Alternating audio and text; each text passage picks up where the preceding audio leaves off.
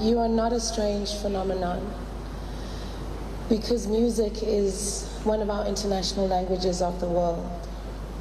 In 1995, when we won the Rugby World Cup, Dr. Mandela stood on the world stage and explained to people that sport and music are international languages of the world. So, African child, you are not alone in loving a woman whose language you do not understand, but you have allowed her voice to transcend into your body and to enjoy the beautiful sounds of uzaza, uzahara, mulele, uspinach, uspinach.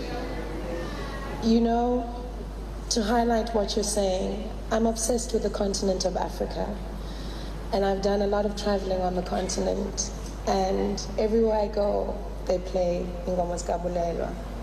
I was in Ivory Coast in winter for a wedding, bacula uloliwe. When I summited Kilimanjaro, on the day Utatu Hugh Masekela passed away, reaching base camp at Kili, they played ingoma zikaBraHugh, but also Zahara.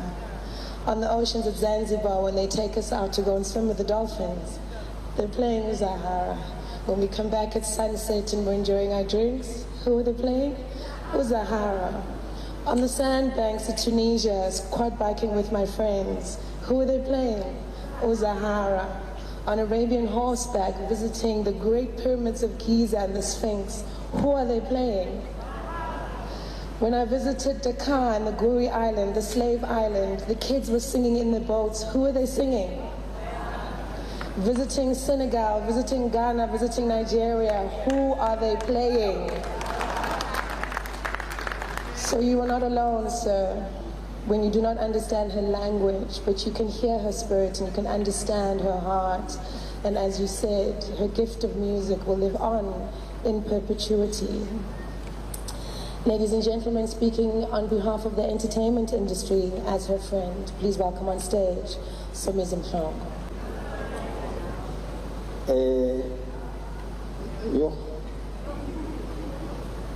So, me personally, I don't like speeches.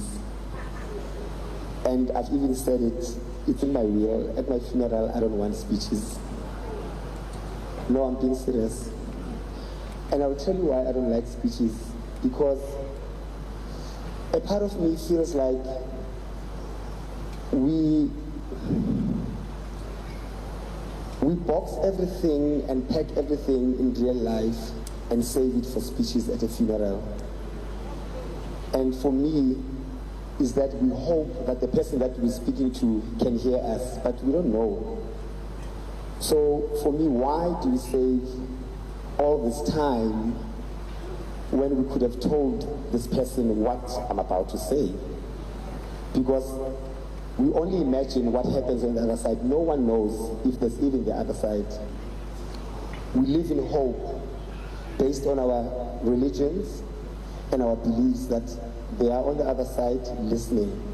But for me, it's like, why?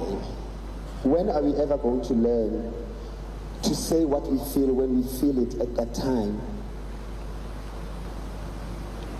Chances are 80% of people in this room haven't seen Zahara in months.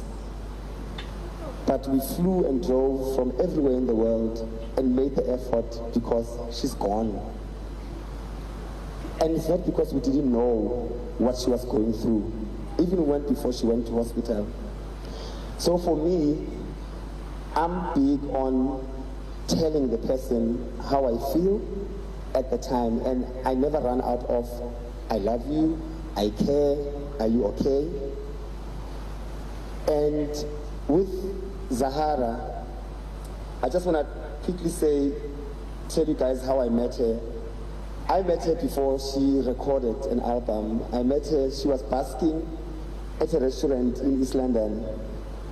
And she always likes to tell the story, which I was the first person to give her a paper note in her basket. And I had a stash of 20 rands, and the only part I wanted was when she went, cling, lege, cling, lick, come, and I go, pinda foot. Cling, lege, ring, lick, come, and it's pinda foot. athi hayi ndifuna uqala phasi ndifuna le nangesiza. And that song was a hit to me before she even recorded it, and I guess that's the song that they discovered her with. And I knew from that time, and even that day I said, if I was a record executive, I would take this girl. But then, as fate would happen, she became one of the biggest superstars that we have. The other day I posted something about how we have failed her as an industry, as friends. We have failed her, and we owe her an apology, and I'm one of the people that owes her an apology. And there was a time I remember I was hosting the Summer Awards, and I made a joke about her drinking and stuff. And only later in years you realize what you say to people, how you make people feel, is very important, how you make people feel. And I learned my lesson because I took it for granted as a joke. Kanti, you don't know how much you hurt people. And I realized later that I've hurt her. And luckily we had time on earth to reconcile and become friends again. But still she went through a rough time.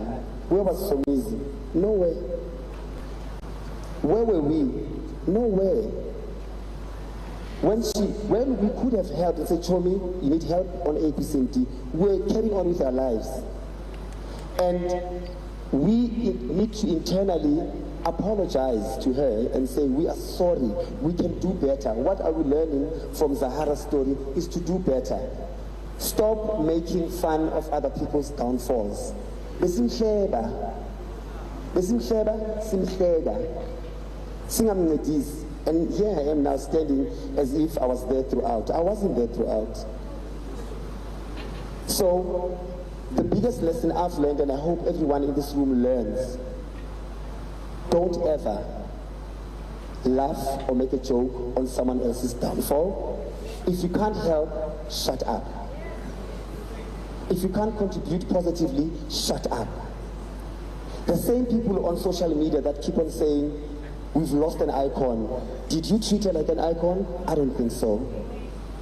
Did you treat her like you are scared of losing her? I don't think so. But we can change. We can do better. Moving forward, anyone who's listening to this, let's do better. In the name of Zahara, let's do better.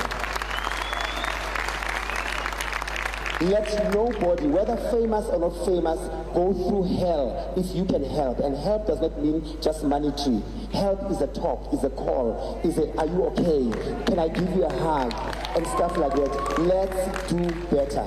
In the name of Zahara, we are sorry. May your soul rest in peace. Please forgive us. And may your soul keep thriving and thriving wherever you are. Your dreams have not ended. They've just ended on earth.